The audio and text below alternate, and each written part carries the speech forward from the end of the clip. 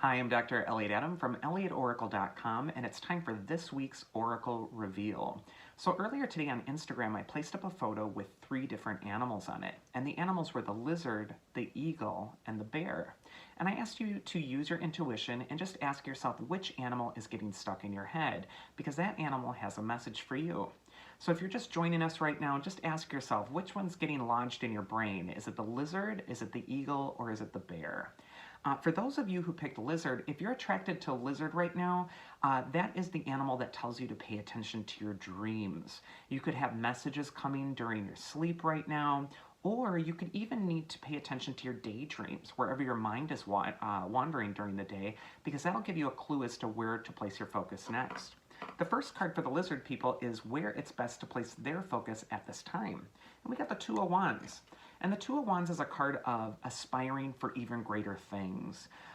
When we see Wands cards in the tarot, there are these little branches with the leaves springing out at the top of them, so it implies some sort of a growing process.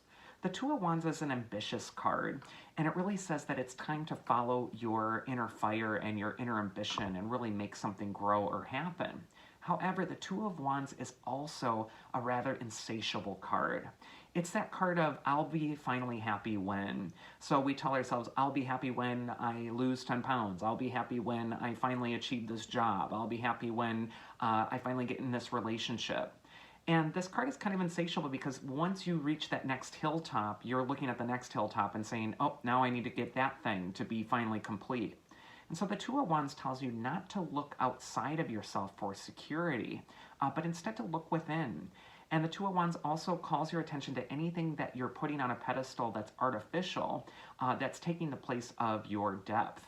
And so this isn't time to really look within. The second card for lizard people is advice from their inner wisdom. And we got the Seven of Swords.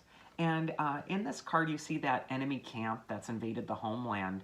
And sometimes this card comes up when we're feeling we're up against some impossible odds, or there's a big challenge in front of you, and you don't quite know how to achieve success over the challenge. And this card tells you to use your wits, to be really creative, and to really think around an impasse, to think around a problem. Seven of Swords is just a card that says you're intelligent enough to handle what's in front of you. You just might need to think smarter and not work harder. Also with the Seven of Swords, it's just indicating that you need to trust yourself and trust your hunches, trust your insight, and really be incisive and direct, and that's going to lead you toward victory. Instead of taking on the whole army by yourself, it's time to use your wits to overcome the challenge and find your way around the problem. And then finally, for lizard, we have a mythic archetype that's going to help them, and we got the airy 4 winds. And when they come up, they're indicating that this is an important time to think cerebrally about things, especially when we see that Seven of Swords, which is a really tactical card. The four winds could indicate that this is a time to get clear in your brain and to associate more with that element of air, which is dispassionate. It really thinks of the most logical approach. That's probably going to be your way towards success. There is a lot of ambition, and there is a chance to reach some pretty great heights here with these cards. However, it's also telling you to think in strategy and not to rush your way through this. The next people are the people who picked eagle. So if you picked the eagle is always the animal of spirit. It flies closest to the sun, and it looks at things from a distance and with some perspective. So if you're attracted to eagle right now, it could be a time to take a step back and to look at things in a larger context. And also, eagle is spirit, so it could just be a good time to reconnect with your spirit as well. The first card for eagle is where it's best to place their focus, and that's the Ten of Swords. And whenever we see the Ten of Swords, it looks a little frightening, but what it symbolizes is facing the things that make you uncomfortable. In the traditional Rider-Waite tarot, the man on the Ten of Swords is face down with the 10 swords in his back. And they're in his back because he's not facing or he's not confronting the challenge. And so whenever that card comes up, it's really telling you to stop and turn around and confront the thing that's stalking you from the shadows that you're too afraid to look at.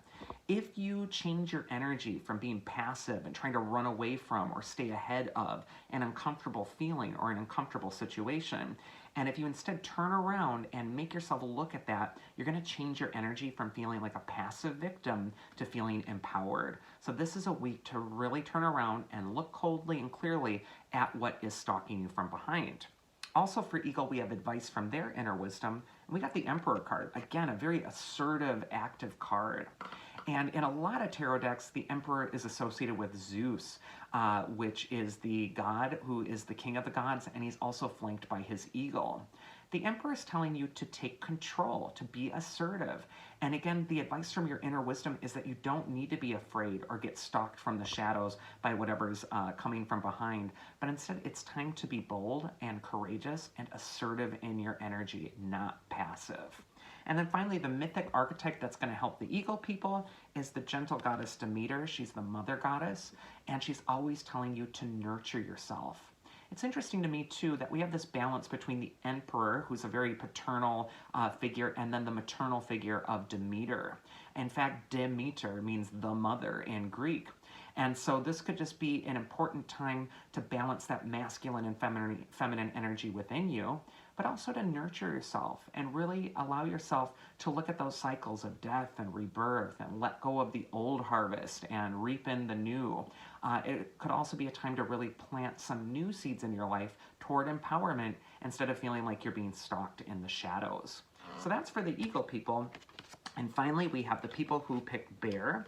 And if you did pick Bear, Bear is often calling your attention inward. Bear is the one that hibernates and goes into the cave. That's almost like womb-like. And so this could be a time of withdrawal for you, and that could be where your greatest insights are coming from. So a good week to journal or just to reflect on where you're going next.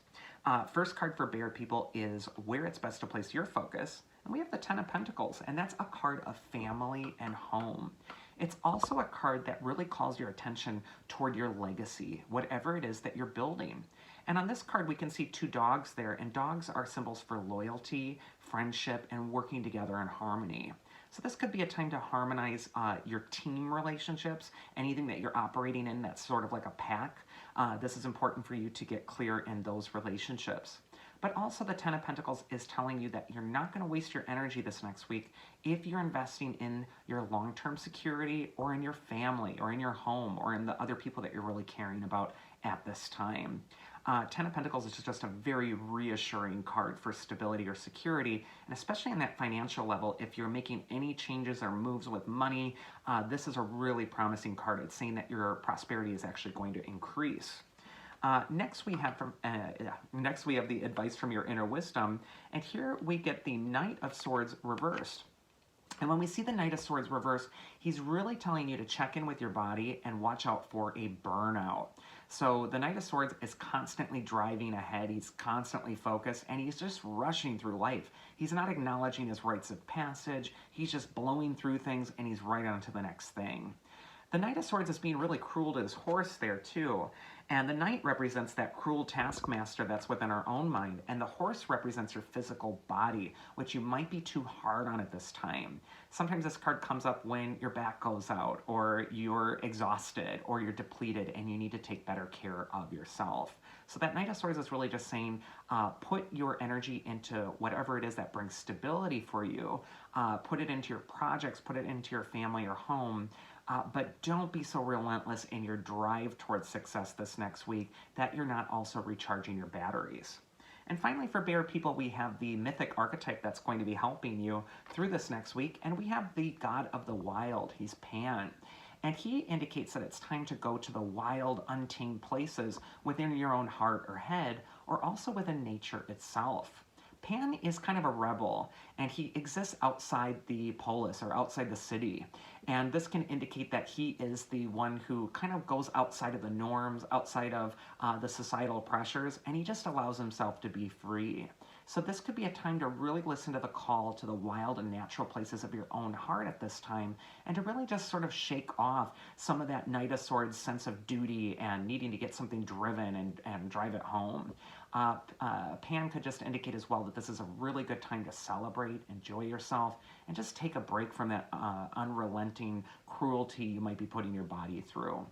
All right, and that is this week's Oracle. I do hope you enjoyed it, and if you did, I do invite you to go to elliotoracle.com and schedule a tarot session with me. These little mini oracles are wonderful, but they're nothing compared to a one-on-one reading that goes into all your cares and concerns. Otherwise, I hope you all have a great week. Take care.